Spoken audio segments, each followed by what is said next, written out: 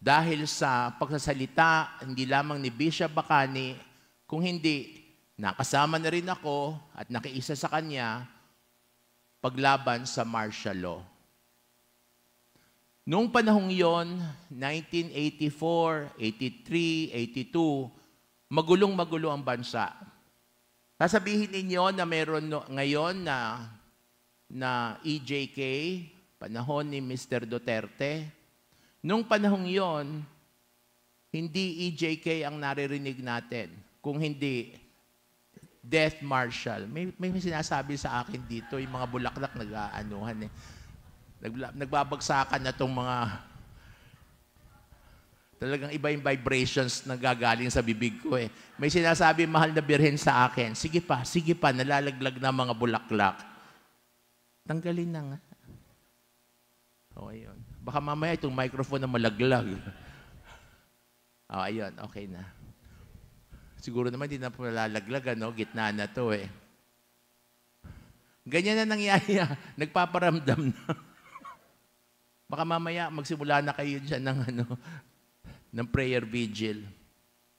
So, nung panahong yon, 1985, masasabi natin na utay-utay na may nangyayari hindi lamang sa simbahan kundi sa bayan. Utay-utay naming nararamdaman, nagpapasalamat ang mahal na birhen sa bayang Pilipinas kasi tayo lamang kaysa isang simbahang nasyonal na nagdiwang ng kanyang kaarawan. Tayo lang, for the record. Kahit na ang Roma, hindi pinagdiwang yon.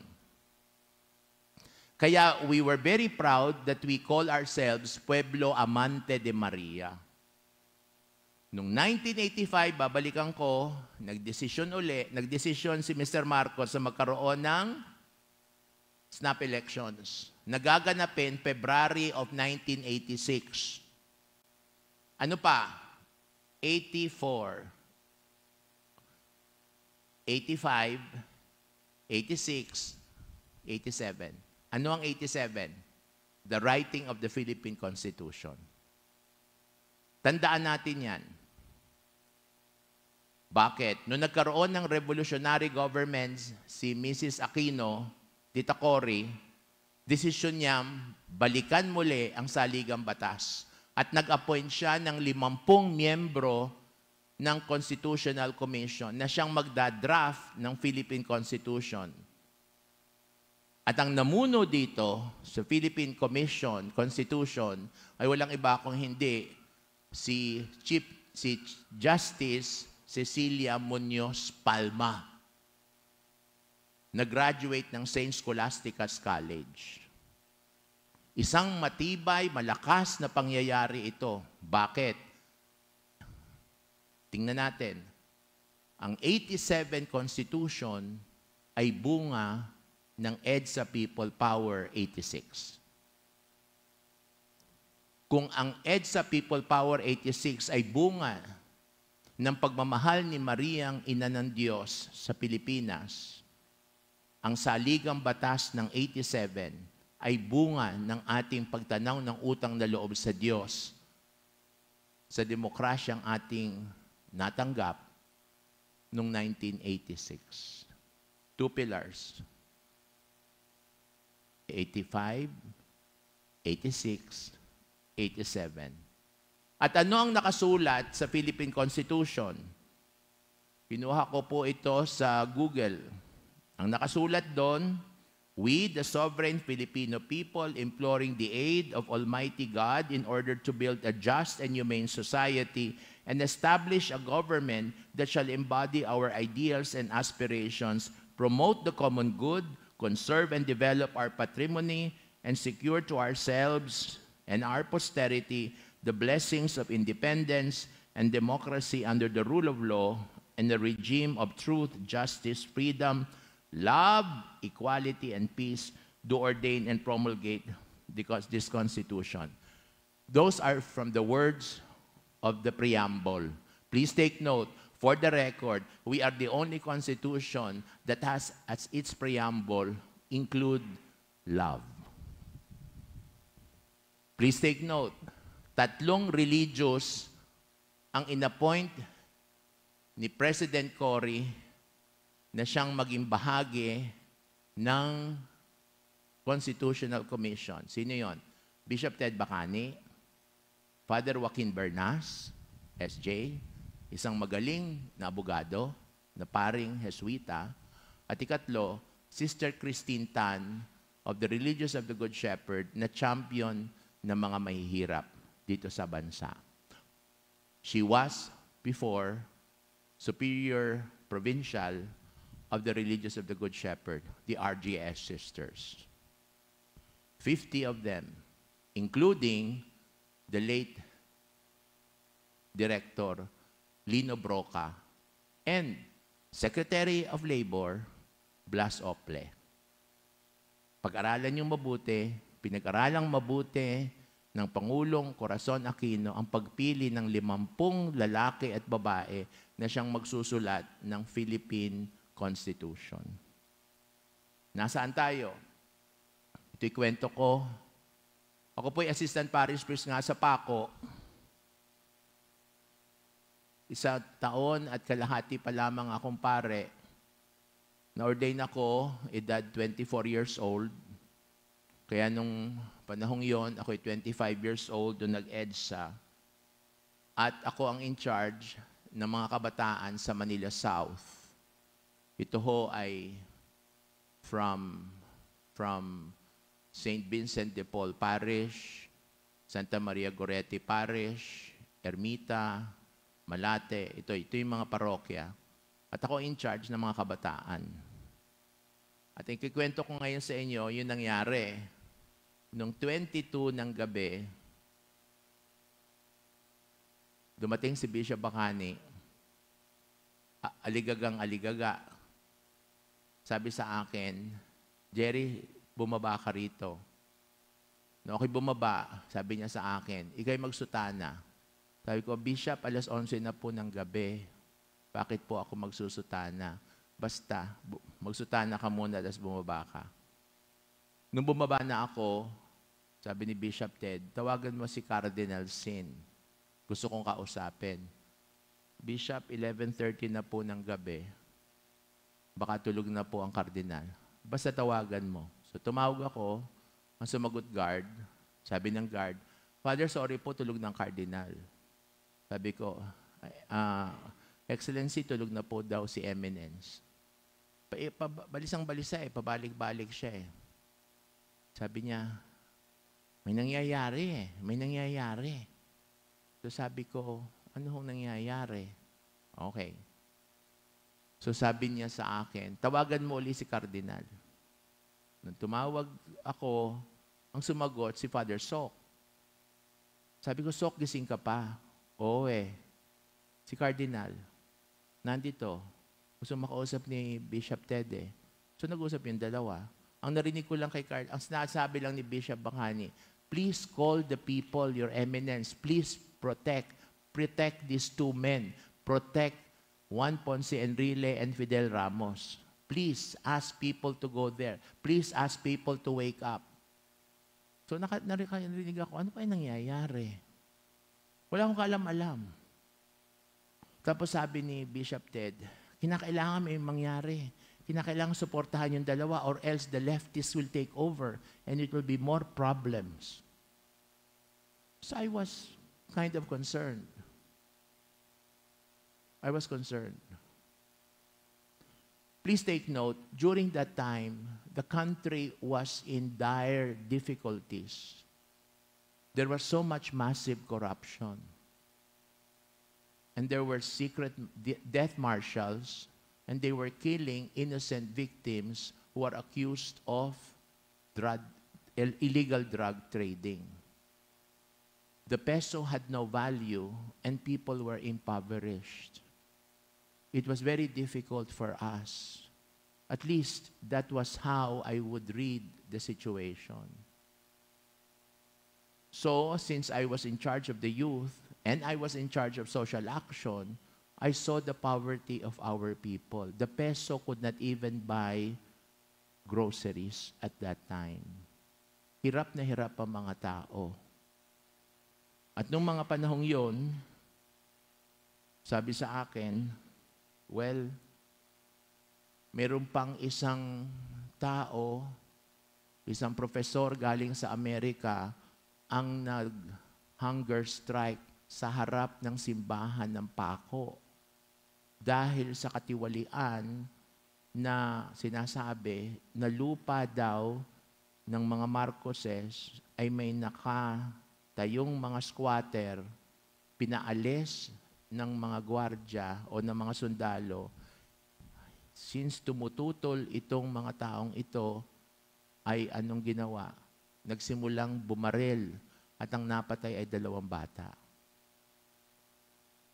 Kaya ang ginawa nitong profesor na ito from Brown University ay nag-stage ng hunger strike at ang piniling lugar na mag-hunger strike siya ay sa harap ng Paco Catholic Church. Doon siya. Sabi ni Bishop Ted sa akin, tulungan mo. So sabi ko, nanghihina na po kayo, kumain po kayo. Ang sabi niya, Father, bigyan mo lang ako ng gatas, pero tuloy ang aking hunger strike. Maya-maya, alam mo ba may nangyari? Ito sarili ko Pinatawag yung nag-hunger strike na yon ni Mrs. Imelda Marcos sa Malacanang. So sabi ng Doctor of Philosophy sa Brown University, sabi ko, ano pong gagawin ninyo? Kailangan ko makausap si Bishop Bacani. Pupunta lamang ako doon kung sasamahan niya ako. Yun. So sabi ko doon kay Bishop, papayag lang po siyang pumunta sa Malacanang kung kayo po ang sasama sa kanya. So sabi ni Bishop Bacani, ayokong sumama kasi CBCP ako. Makokompromiso ang mga obispo. Ang pumunta na lamang doon, ikaw.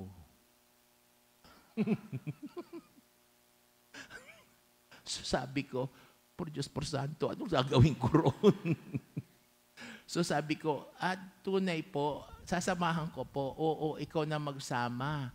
Ikaw naman ay assistant parish priest. Hindi ka masyadong papansinin. Pero pag ako pinansin, obispo ako, mas malaking problema. Sige na, Jerry, ikaw na sumama. Opo, sige po. O di may sumama namang press. Tandaan nyo, si Mrs. Didi Sitangco, na siyang naging press secretary ni Tita Cory. So doon kami nag-meet ni Mrs. Sitangco na siya namang nakatira sa Paco. So sabi ko, Didi, sige, samahan natin siya. So sabi ko, first time ko makarating sa Malacanang, talagang ako'y, ganda pala dito. Ganda, ikot ako ng ikot. Para ako naging turista. yung si Dr. Mamon nandun, sabi ko, Dr. Mamon, oo. Ang ganda ng Malacanang, Sabi sa akin huwag mong pansinin yan. Naghihirap ang bayan. Oo nga ho, wala. Naghihirap ang bayan. So, maya-maya dumating na ang ginang. Ang ginang. Doon tayo sa mint room. So, sabi ko, ang ganda ng mint room. Ay, ito talaga to, Sabi ko sa inyo, ako'y sumama doon. Sabi ng ginang, Dr. Mamon, I think you should eat. Your hunger strike, stop it. The international press is here. Ang problema niya, wala na magpapautang sa atin. Sige, ihanda ang kusina. Ako mismo magluluto para kay Dr. Mamon. Sabi niya, ganon. So ako naman nakaupo, sabi ko, parang masarap yung lulutuin. So maya-maya, sabi niya, no. Mrs. Marcos, please do justice to the victims. 2 children were shot by the soldiers. I will not eat until justice is done. Yan ganon. So, I said, Ma'am, Dr. Mamon's position.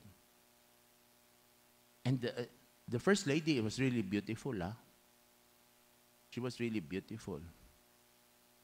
So sabi ko, Ma'am, I cannot do anything. I'm just here to accompany Dr. Mamon. I am sorry. We will go now. Dr. Mamon, come on.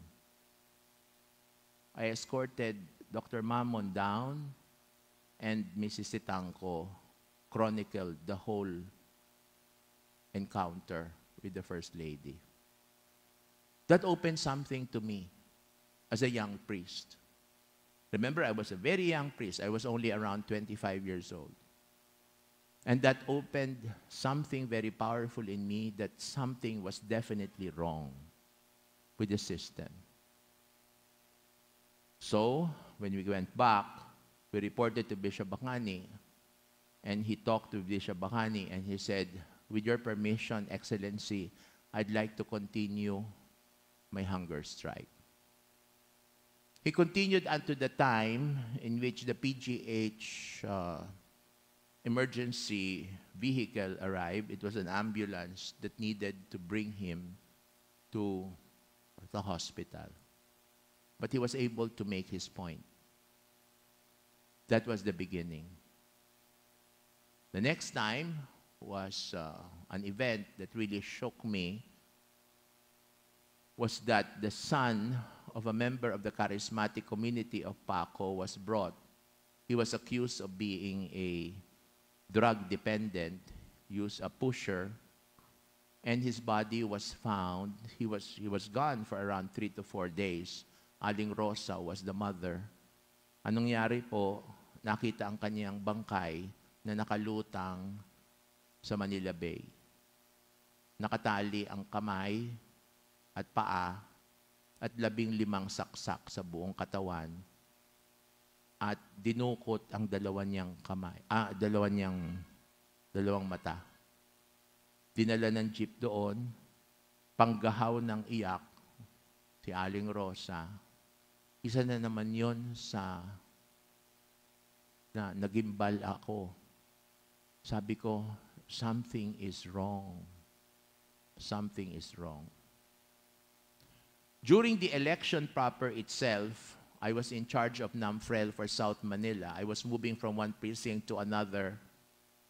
And really, it frightened me. Why? Because there were soldiers with firearms outside the school. May nangyari pa dun eh. Ang nangyari pa, tinawagan ako, sabi sa akin tinawagan ako ni Bishop Bacani, pinatawag ako, at sabi sa akin, pumunta ka sa Carlos P. Garcia, sapagkat may nangyayari doon. Tumakbo ako, nakasutaan na ako, kasama ang NAMFREL volunteers. At nung pumanik ako sa 3rd floor, ay may nakikipag-away na sundalo sa madre. Sabi ng madre, "Father, paalisin mo tong sundalong ito dito kasi bawal magdala ng machine gun dito." Machine gun ang hawak ha? Machine gun. Sabi ko, "Sir, bawal po eh. Nasa batas po yun, hindi ba? Galing sa COMELEC. No firearms during election." Sabi niya, "Kayong mga pari at madre kayo, masyadong pakialamero kayo sa politika." Sabi ko, "Ang pinag-uusapan ho natin, yung eleksyon, hindi ho yung pakikialam namin." Tapos sabi ng madre, "Barilin mo na kami dalawa, pero hindi kami aalis dito." Sabi ni sister, sabi ko kay sister, "Hindi naman kinakailangan makarating na barilan, di ba?" Maghunos dili ka, sister. Matanda na ako, handa na akong mamatay. Bata pa ako, sister. Ka-ordain ko lang. So sabi ni sister, "Oo nga pala, bata ka. Sige, ako na lang ang barilin mo." Sabi ko, sandali, medyo mainit na ho dito. Wag na po tayong magkaganyan. "Sir, tama si sister eh. Tama si sister. Alis na po kayo. Kasi di rin ako aalis dito." Tapos, bumalik uli ako sa Paco, umalis. "Kayo mga pakialamero, kayo mga pare at madre sa politika, dapat hanggang dasal na lang kayong dalawa." So, umalis na siya. "Sister, okay ka? Kuha mo akong tubig." Sabi kong ganun. O sige sister, kuha kita ng tubig. Talaga matapang yung madre. Sabi, "O ano ka, Jerry? Iikot pa po ako, iikot ako sa Tondo." Umikot ako talaga kasi nga ako yung... Walang cellphone noon, ha? Wala pang ang beeper eh. Kaya tatawa kay Bishop Bacani, maghahanap ako ng telepono sa tindahan. Hindi ba? Mabuti, lahat libre. Father, sige, gamitin mo yan. Puro telepono lang. Ang hirap ng communication nun. At lagi kong dala yung radyo. Kasi ang connection ko nun was Radio Veritas. Yun lang ang nagsasabi ng katotohanan. So anyway, ano pa nangyari? EDSA na nga. Nagkagulo na. Sabi sa akin ni Bishop Bacani, this is 23. 22 pala, sabi niya sa akin. O sige, tawagin mo ng mga kabataan. Bishop, alauna ho ng umaga. Pumunta na kayo doon sa EDSA. Anong gagawin namin sa EDSA? Basta magbantay ka doon, sa harap ng krame, doon kayo. Bishop, mawalang galang ho. Anong gagawin namin doon? Makasutana ka, kasama ang mga youth leaders, doon lang kayo. Doon kayo sa labas. Huwag kayong aalis hanggang sinabi ko, hindi kayo, aalis kayo. O, sige po. So, 2:30 ng umaga, naghahanap ako ng jeep. Dinala ko yung mga youth leaders doon. Nung dumating na nga kami doon, alang tao ang EDSA. Alang tao. So, sabi ng mga kabataan, Father, anong gagawin natin dito? Sabi ni Bishop Ted, dito lang daw tayo. Magdasal na tayo ng rosaryo. Huwag daw tayong umalis eh. Sana may ganyang cellphone nung panahong yun eh, no? Kasi hindi ka ako makatawag kay Bishop Bacani, gusto kong umuwi. Talagang hahanap pa ako ng bukas na tindahan nun eh. And you know too well, during our time, right? This was clean. The whole EDSA, right? So we were there in front of Krame, and we were there. What are we going to do here? Sabi kong ganon. So sabi ko, sige, mag-prayer meeting tayo. Sabi ng mga kabataan, 4:00 ng umaga, prayer meeting, Father. So I said, we will stay here. Maya-maya may dumating na. Nagdala ng almusal namin. Maya-maya may mga nagdadatingan ng madre. Dadatingan na. Aba, paunti-unti, padami-dami na. Hala, parami-rami na. Pero lahat may ngiti. May ngiti. Masaya. Yung 4 na araw hong noon, hindi ako nagutom. Problema ko lang noon ay ito, maghanap ng CR. Tama. Kasi wala namang mga portable. Talagang makiki-CR ka. O, ito pa nangyari noong 23. Nangingitim na sutana ko, natutulog ako sa ilalim ng Toyota. Sabi ng madre, may pare ba dito? May pare, pwede magmisa yung pare. May pare ba dito? Sabi ko sa mga parishioners nyo, wag niyong sasabihin. Hindi pa ako nakakaligo, 2 araw na.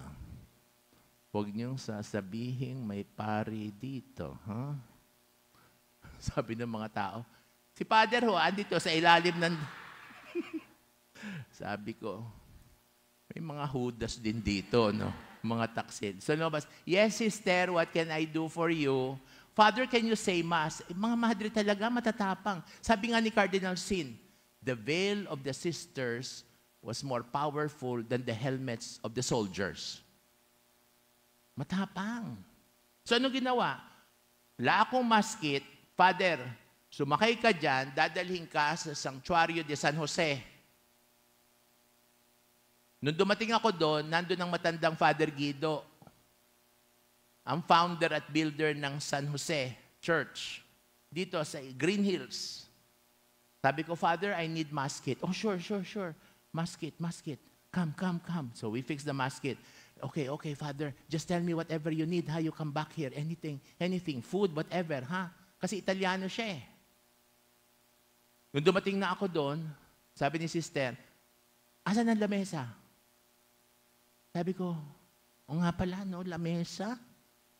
So saan ako nagmisa? Sa ibabaw ng Toyota. At nung nagmimisa na ako, ang haba ng pila ng komunyon. Haba ng pila ng komunyon. Ang kamay ko'y kadumi-dumi. So, komunyon na, pumipila. So ang ginawa ko, sister, hatiin na lang natin yung isang maliit na ostya, 5. 5. Maliliit lang na butil. So nangungumunyon, the body of Christ. Amen. The body of Christ. Amen. Ang ginagawa ko, dinidikit ko na lang yung ostya kasi may laway-laway na, dinidikit ko na. Body of Christ. Amen. Body of Christ. Amen. Lahat naman sila. Amen. Amen. So sabi ko sa sarili ko, talagang, ang pananampalataya, iba. Iba nun magdasal. Tapos mamaya pagkatapos ni sister, salamat Father ha sa pagmimisa. We will now pray the rosary. Sabi ko kay sister, sige please sister, you lead the rosary. So we prayed the rosary. We were there for 4 days, 5 days, and 4 nights.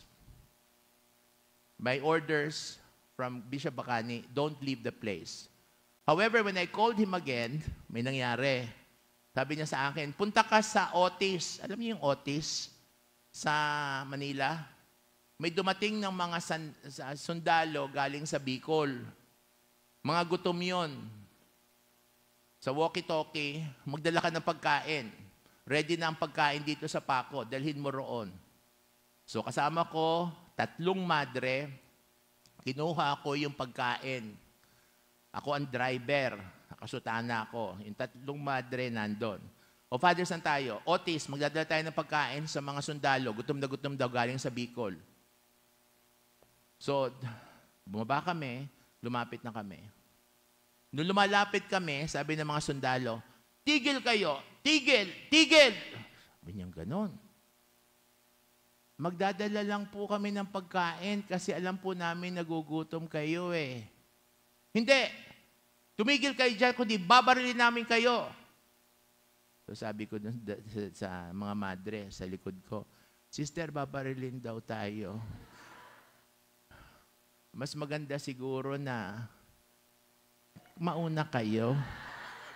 Kasi sabi ng mga madre, hindi, huwag ka maniwala dyan, mga gutom yan. Kailangan nila ng paglilingkod.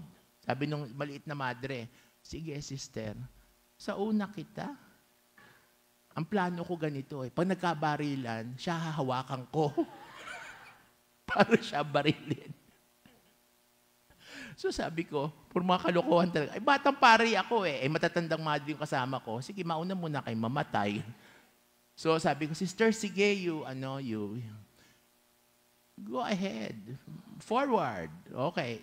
And I will be behind you. O, ganon. Kinasa. Ginanon. Sabi ng mga madre, tototohanin yata. Sabi niya ganon. So, tototohanin. Father, uwi na lang tayo. So, ang ginawa namin, sir, ito po yung pagkain, no? Binaba namin. Doon sa may tulay ng Otis, ito po. Dahan-dahan po, hindi ho namin kayo sinusubukan, aalis na po kami.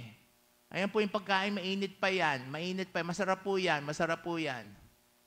Tapos, utay-utay kami naglalakad, bumalik.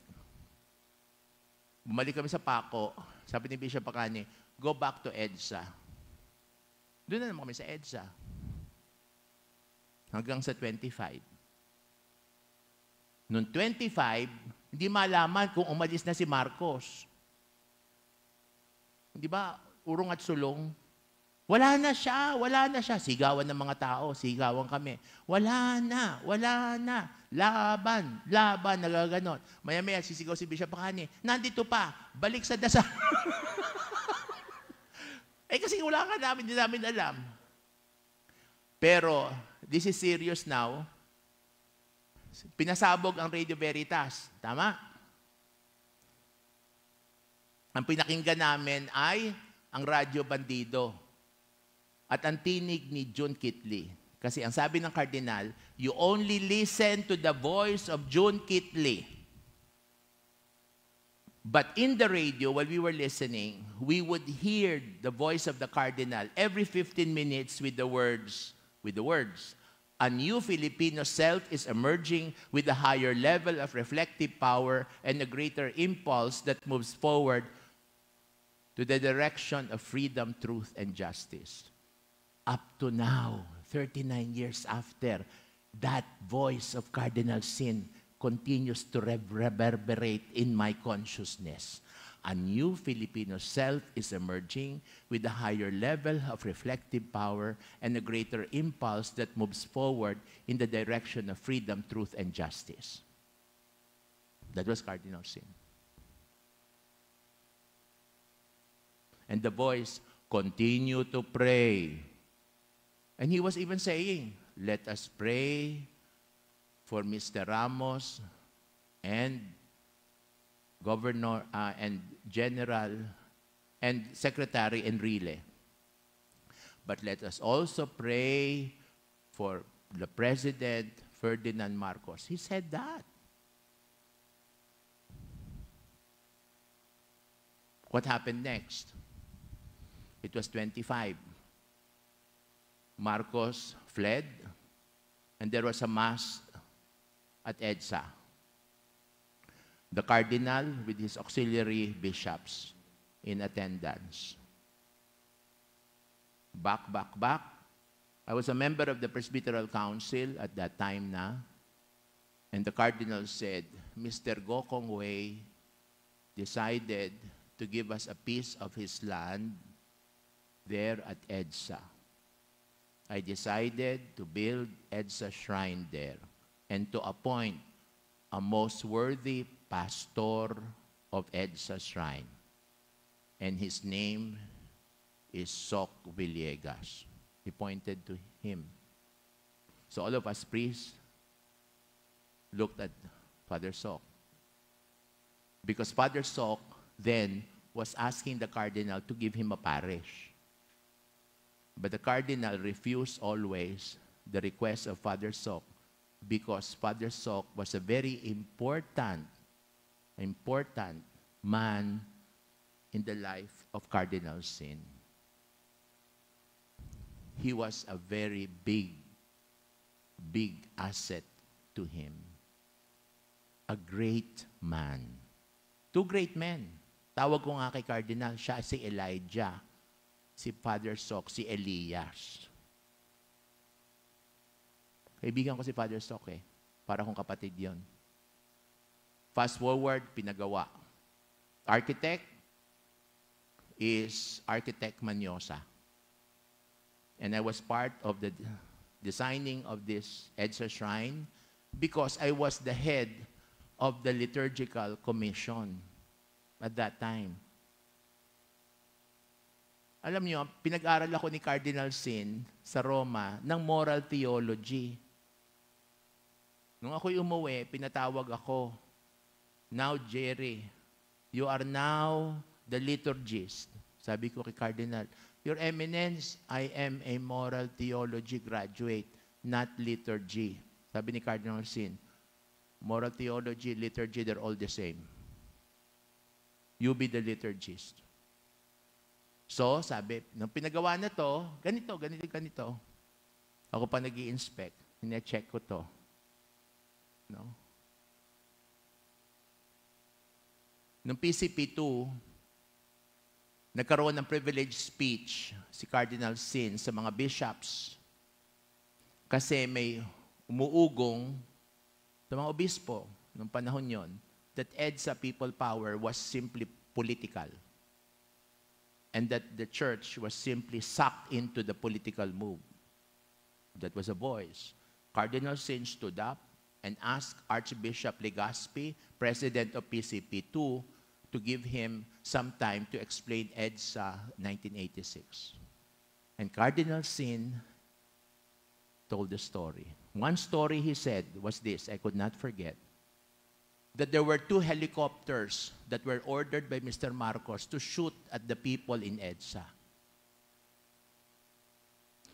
They were about to shoot when a lady in white appeared to the pilots of the helicopter and said to the pilots, "Stop! I am the queen of this land. These are my children." That is now immortalized in this mural. There. EDSA, with Our Lady hovering over people power. Do you see her? Yon. So this came from Cardinal Sin's story, which was told to him by the helicopter pilots. And what happened? The helicopter pilots did not shoot, rather, they joined the people power. Tama? Remember? That is why he said, EDSA is not a political event. EDSA is a religious event in which it was our Mother Mary who reigned supreme, protecting our people. It was the rosary, it was the flowers that made the day. It's a very powerful testimony of the Cardinal. And I do hope that that is in the annals of the Second Plenary Council of the Philippines. So brothers and sisters, just a glimpse of my own testimony of what happened to EDSA in '86. I do believe that something miraculous happened. And Our Lady was very much part of it. Move forward, Kung may EDSA 1, EDSA 2, maikli lang. EDSA 2 naman, member din ako. Nung EDSA 2, the kwento was this: there was massive corruption in the ERAP administration. And it was between him and the Ilocos Chavit Singson. It was Mr. Chavit that wanted to talk to the Cardinal. Now, the story is the Cardinal refused to see him. But it was the ambassador, Ambassador Tita de Villa who persuaded the Cardinal to allow Singson to see him because of the request of Cardinal Sanchez, who was Archbishop of Vigan at that time. So dumaan. And during the meeting, according to Father Sok, Mr. Singson openly told him about the death threat and the real death threat coming from him. That instigated the Cardinal from one thing to another. Well, there was the impeachment trial, right? And the envelope was not opened. There were people around and requested that indeed there should be people power. Cardinal said, let us pray, let us ask Our Lady. Now please take note, it was a very difficult situation now. It was now about President Erap. But something happened when I saw that, you see that image of Our Lady of the Miraculous Medal there. The night before, he asked Father Sok, Father Sok, come here. I wrote a letter to our Blessed Mother. And I asked our Blessed Mother to give us peace. Now, please put this under the statue of the Miraculous Medal. Why? This is the same image that was in the seminary in Iloilo when the young Jaime Sin prayed to Our Lady and placed a letter under the statue. If it is your will that I be a priest, I will be healed of my asthma. But if my asthma persists, it means that I should not choose the priesthood. Well, history goes, his prayer to become a priest was answered by Our Lady. This statue was brought here. And on the same night, Father Sok placed the letter of Cardinal Sin under that image of the Miraculous Medal. And indeed, EDSA 2 happened. EDSA 2 has its own miracle. Once again, the instrumentality is the Blessed Virgin Mary. Let me end, brothers and sisters. Father Rector, Father Jerome, said that the theme of this gathering for the 39th anniversary is EDSA Shrine, Cradle of Freedom, Beacon of Hope, and Sanctuary of Peace. There are three values, well chosen by the EDSA Shrine Rector. By the way, we are in a national shrine now, proclaimed by the Bishops' Conference, and rightly so. Freedom is God's gift to us. Freedom is only freedom when it is directed to the truth and the good. Freedom is only freedom if it is exercised with responsibility. Freedom is not a license to do whatever you want, whenever you want, with whoever you want to do it. That is not freedom. Freedom is exercised through choices, but choices should always be in the service of the truth and the good. This is a beacon of freedom because it is a reminder that indeed, in this place, freedom is hallowed. For freedom is the divine image in every person. That is the teaching of the Church in the Second Vatican Council. Let us take care of freedom. The freedom that has been given to us by God at the moment when we were conceived, and the freedom that we are enjoying now. Second word. The second word is hope. It is a year of hope, and rightly so. Hope is one of the three theological virtues, together with faith and love, or charity.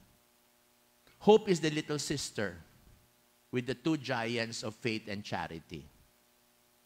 But hope is hope which we need right now. Hope is what? Hope is lived in prayer. Why? Because we know that when we hope, God is always with us and we are not alone. Hope enables us to see the future with the bright spark, that we are not abandoned by God, that God will always be with us. That is why this place must be a reminder never to lose hope. May pag-asa pa ba? Ang sagot ng mga obispo, oo, may pag-asa pa. May pag-asa pa tayo. Only if we hang on to God. Why? Because the second setting of hope, according to Benedict XVI, is the setting known as action and suffering. Hope must be lived through collective action. This evening, we may be very few, but we can be very strong. Why? Because we are courageous enough to face that what is right and what is wrong is wrong. And that gives us courage, action. And your service here in this national shrine is essentially standing up for what is truth, just, and right. So be men and women of hope. Number 3 and last, sabi ni Father Rector, it is also a beacon of peace.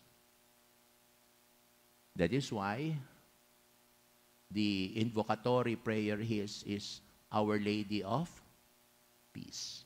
What is peace? St. Augustine defines peace as, in Latin, tranquillitas ordinis, tranquility of order. Tagalogin natin, maayos na buhay. Maayos na samahan, maayos na sama-samang naglalakbay. Yon ang peace. Peace is the fruit of justice, according to Vatican II. Peace has a new name known as integral human development. Peace calls for solidarity. People working together for the common good. So, brothers and sisters in Christ, the shrine has chosen a very good theme for this year's celebration. The 3 values drawn from Catholic social teachings. First is freedom. Second is hope. And third is peace. Be men and women of EDSA Shrine. At ang sinasabi ko, pag dumadaan ang kotse ko dito sa EDSA, di ba tinuruan tayo ng matatanda, tayo manguros? Tama? Pero nadagdag ko yun. Habang nangunguros ako sa EDSA Shrine, sabihin ko, Lord, please, give us peace. The peace that only you can give us. Brothers and sisters, thank you sa kwentuhan. Wala nang tanong.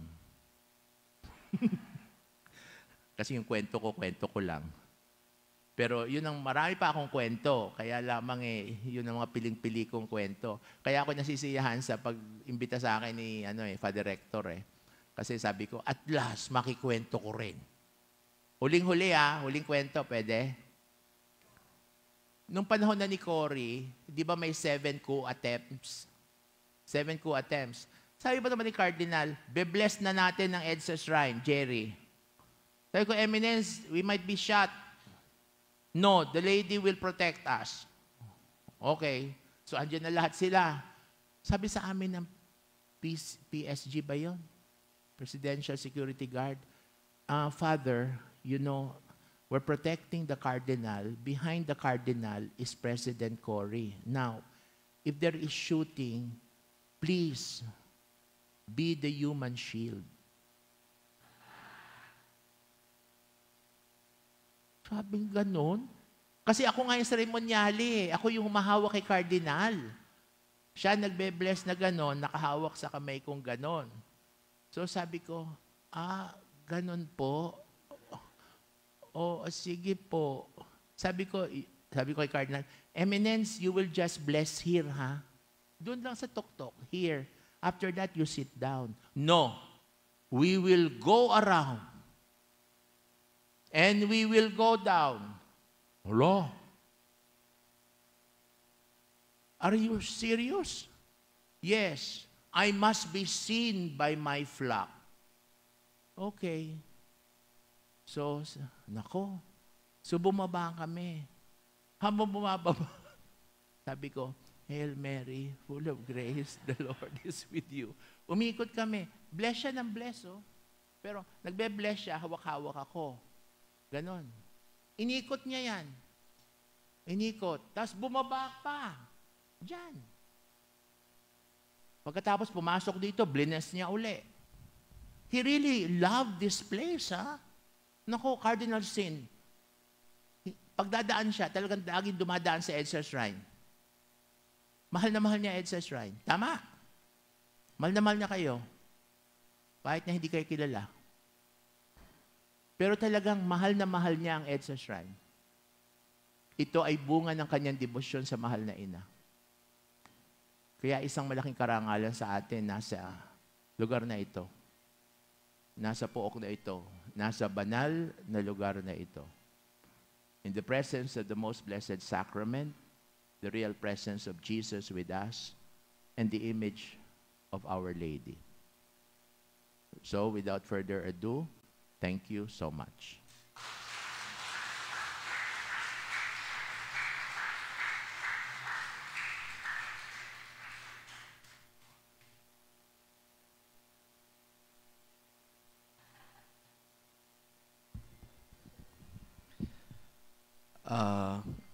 Napakaganda ng mga kwento mo, Monsignor Jerry. At hindi lamang interesting, pero napaka-insightful din ng mga reflections mo. Kung kaya naman kahit medyo konti lang yung dumalo nito, palagay ko naman magchichismisan din ng mga to. At ikukwento nila sa kanilang mga kaibigan na ang napakinggan nila ngayong gabi ay sulit na sulit. Nung nag-isip po ako ng pwede magsalita po sa harapan ninyo ngayong gabi, wala pong iba sumagi sa isipan ko kundi si Monsignor Jerry Santos. Ako po noon ay, kumbaga, nag-iisip ng pwedeng maging activity sa pagdating po ng pilgrim image ng Our Lady of Fatima. At sabi ko, napakaganda na mapakinggan ang karanasan ng isang pare patungkol po sa 1986 People Power. Nung nagkakaroon ako ng mental image sa mga pare, ang unang sumagi kagad yung imahe ni Monsignor Jerry, nagkaroon ng apparition. Oo, kaya tinext ko kagad siya. Sabi ko, kahit na late na. Okay, sabi ko, pwede ka ba na magsalita? And napaka, well, ganda naman dahil agad-agaran na tinanggap niya. Although sinabi niya, I will check my sked. And then few days after, I went back to him. Medyo na-misinterpret ko pa nga yung sagot niya. Kasi sabi niya, siya ay nagbibigay ng retreat sa mga pari ng Balanga sa Bataan. Yung pala yung retreat niya ay magtatapos o nagtapos kahapon. At yung huling mga binanggit niya doon, okay. Sabi, parang andyan ako. Parang ganun. Hindi ko na napansin. But then again, it was such a blessing, Monsignor, that you are here. And I'd like to reiterate what I said a while ago. And very insightful, very interesting. But of course, the way you shared your stories, medyo lighten na yung mood. Although at the time, I'm very sure that you were feeling the dangers. Pero ngayon, kapag nagkukwento ka, parang nag-i-enjoy na lang yung mga nakikinig. But the dangers at the time, hindi mo ito pwede na ikaila. At palagay ko, nung masurvive mo yan, ikaw ang ibinabala ng mga obispo, na-survive mo, palagay ko, patuloy pa rin ang mission mo sa simbahan. Of course, si Monsignor Jerry is, well, senior na rin na pare, pero kita nyo naman, very active pa rin sa kanyang ministry, lalong-lalo na dito sa Archdiocese of Manila and in some other capacities. Siya po ay pinagkakatiwalaan ng mga obispo at ng ating obispo, kung kaya naman ay ando doon pa rin yung kanyang presence. So this evening, we are blessed to have him. And I do believe that his sharing is going to be echoed. Yung ating mga kaibigan, mga kasamahan po natin dito sa EDSA Shrine, ay kwentuhan po natin ng ating napakinggan. Ilang takeaways lang dito, alam nyo, protection ng mahal na Birhen ay damang-dama. At hindi lamang damang-dama, naranasan mismo ni Monsignor Jerry. And I guess, the same protection is also given to us by the Blessed Mother. So that's number one takeaway. Pangalawa, the power of prayer is also, well, very much felt. And I guess, hindi ko naman dapat ito i-overemphasize, but not only during the 1986 people power, talagang yung prayer power, nakita, naramdaman, naranasan ng mga tao. Ngayon, 39 years after, please don't forget, prayer power, dapat pinangahawakan pa rin natin. During those times, it may be impossible for people to overcome the dictator. But then again, it happened. It happened. People power and then prayer power. So ngayon, magdadasal tayo pagkatapos nito. So talaga, sabihin din natin sa ating mga kaibigan, mga kasama sa EDSA Shrine, mga kakilala, prayer power. At pangatlo, na takeaway ko dito at panghuli, yung pagkakaisa ng tao. Napakahalaga. Oftentimes in the church, we see communities divided, being divided. Sana sa simbahan ay doon mag-umpisa ang pagkakaisa ng mga tao. At hindi dapat magkaroon ng, kumbaga, division, hidwaan, intriga. Dapat ipakita na sa pagkakaisa, ma-accomplish natin ang mga nais natin para sa simbahan at para sa bayan. People power showed us that if we are united, we can do something for our country. And then today, we heard that from Monsignor Jerry. So once again, Monsignor, maraming salamat. Taus-puso ang pasasalamat na ito. And hopefully, we can still invite you because sinabi mo nga, marami ka pang gustong ibahaging kwento. At itong mga kwento na to, kumbaga, konti pa lang. At yung iba na ikukwento mo, palagay ko, pakikinggan pa rin na mas marami na dito sa EDSA Shrine. A round of applause to Monsignor Jerry Santos. Thank you, Mons. Okay?